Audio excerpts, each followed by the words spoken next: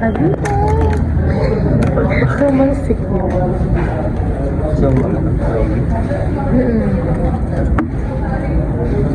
Andito na kami sa Cavite. Hindi ko lang isang part ng Cavite doon, pero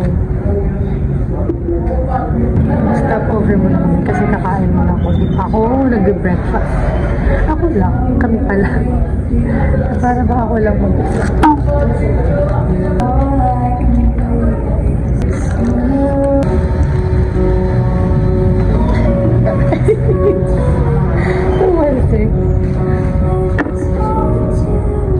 let's go again. We're here. So, alam niyo bang sobrang sakit sa puwet? Ang sakit sa puwet! Sabi ka lang, at least, kinaya ni Sal. Stop over. Nang umabot siya na hanggang Cavite, simula sa Dipolo. Ha? Imus Market Topic. Parang nasa Imus Cavite kami.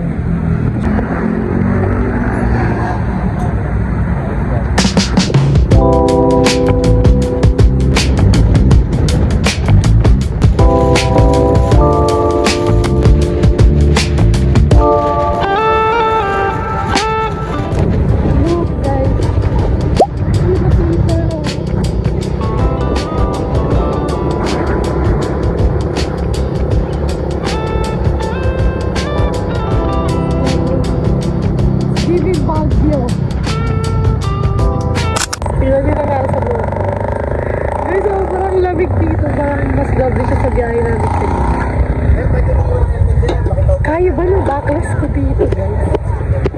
Guys. Nandito pala kami sa People's Park. View? People's Park view na lang. Sobrang lamig. Kala mo may usok eh. Look. Baka makikita nyo, guys. Guys, parang hindi talaga kaya ng backless. Mag-picture na lang ako mag-backless. Bakit hindi talaga kaya? Hindi ako na-inform na ganito kalamig. Wala ka talagang makikita ka na view.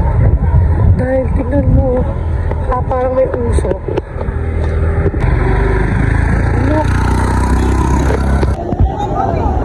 People's Park. Ay, People's Park in the sky pala. Hala. Naka-entrance na kami. People's Park in the sky pala, guys. Sorry na. Gusto ko yung tatlo kasi. Medyo marami pa ako kasi Sabado ngayon. Ay, yan o. Hindi talaga ako na-inform. Oo, nag-gets ko. Malamig talaga dito. Pero hindi ko yun na-explain. Sa ganito kalamig. Kasi parang mas malamig siya na nakapunta ako ng Tagaytay na mga bandang February. Mas malamig pa siya dito, guys. Ay, mas malamig pa yun dito. So, ito sobrang lamig pa siya. Tapos yung jacket, di ba ako naka-jacket? Naka-jacket ako. Okay. Diba? Ito naka-jacket ko. Ang lakas na ako. Parang linig ako yung cellphone.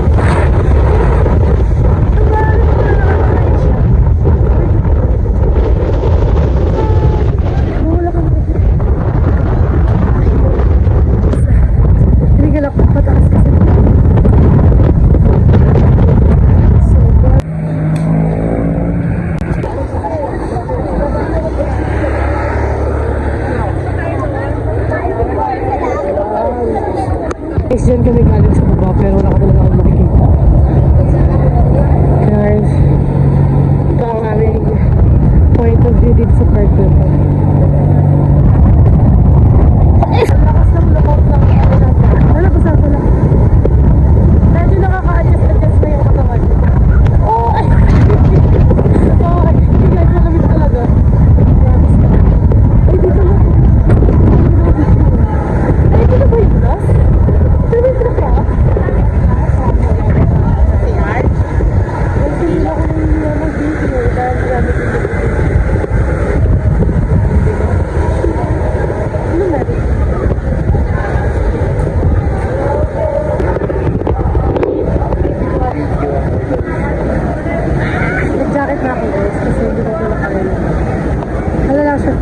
Kala kasi kaya.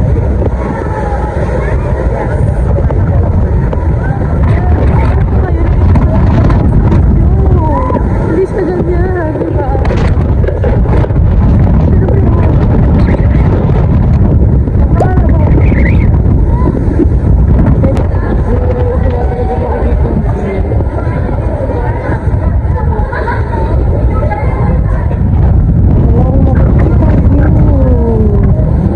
Wala! Puro fog!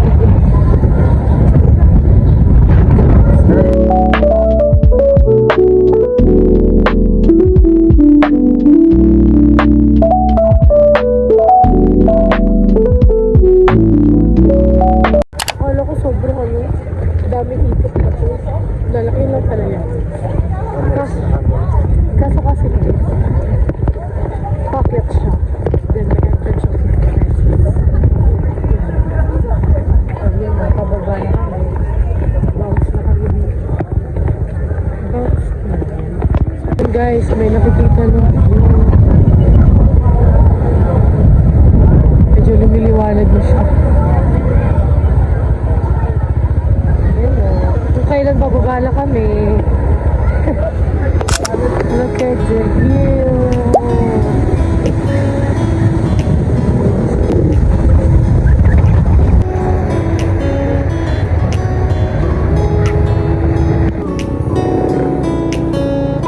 So guys, nakapasok na kami sa Picnic Grove. So yan guys, nakapasok na kami. May mga souvenirs dito na nabibili. Ay, may zipline. Feeling ko talaga dito kami nag-zipline or eme ko lang. Kasi may kabayo dito eh. Kaya ba yung tagaytay kayo? Oo, nila Mark. Baka dito yun. Baka nga. May zipline. Ito guys, hindi na masyadong malaki.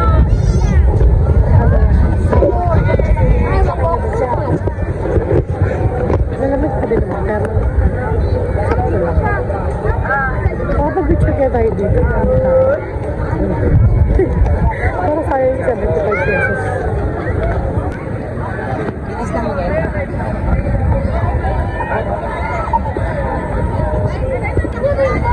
Kung ano mo sa sabagay, Picnic Grove na. So guys, lipat na kami. Sa crosswind kami. Nadaanan namin yung kanina. Kaya pala nung nakita ko yun, familiar siya sa akin. Kasi yun na pala yung mga nasa list ko dito sa Tagaytay.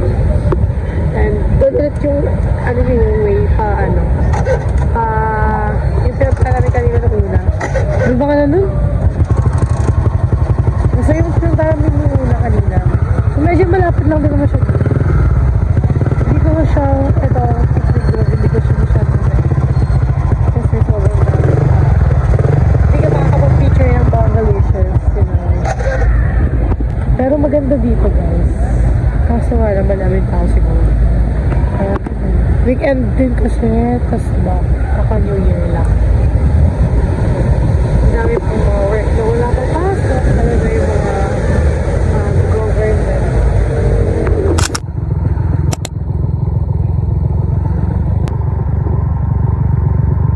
So guys, dito na kami ngayon sa Crosswind. Super ganda dito guys. Puno pa lang. I-picture ako. Picture ako. Hindi mo parang makaluma vibes. Yun naman yung nagpalot sa akin. Pero ano na siya, parang matambak na. Siguro ano to, bilihan ng mga pagkain. Oh, yung ganda oh. Sila. Ganda.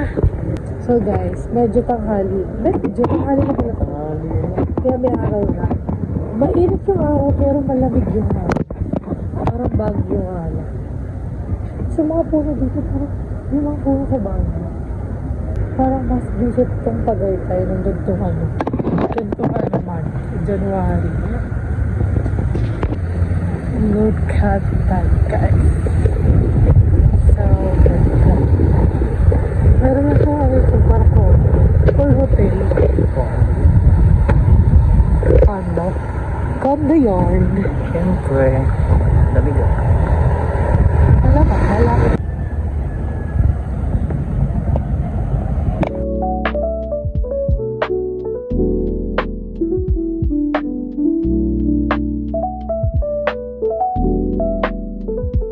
Saan ko patungo?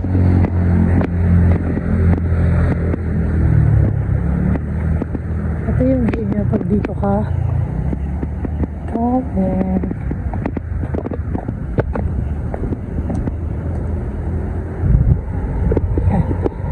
Sobrang lamig talaga ng hangin dito. Pero tinitiis ko na lang. Para sa sobrang. Alam mo na yung mukha ko sa makeup ko. Puno lang. Puno lang pala. Puno lang. Diyan pa lang siya guys sa taas.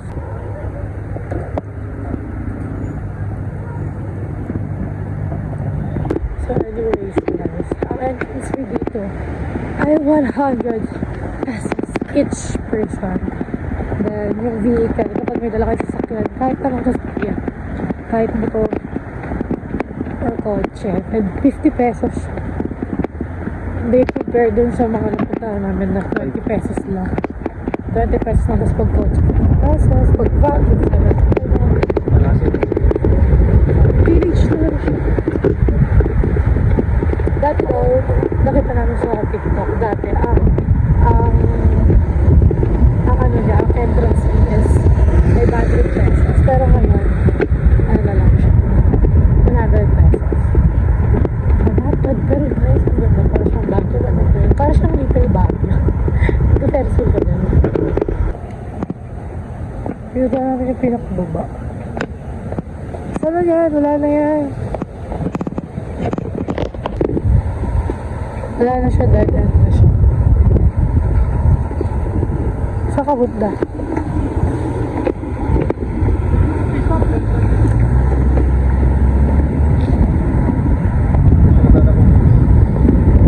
That's very good pala. Balik ulit kami kasi mag-picture ulit kami. Hindi ba kami nakapag-picture na solo? Tinan siya. The reality. Ang dami yung dalang bag. Sobrang ganda dito guys. Punta kayo dito. Nagbakawa yun. Yeah, we're back.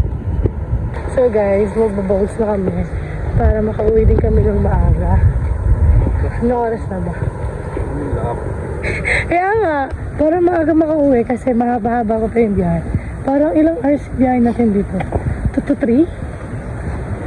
Or, Huwag tayo umalis eh. kasi nakarating tayo ng Cavite, mga 6:30. Siguro mga 2.5 hour, no? Siguro.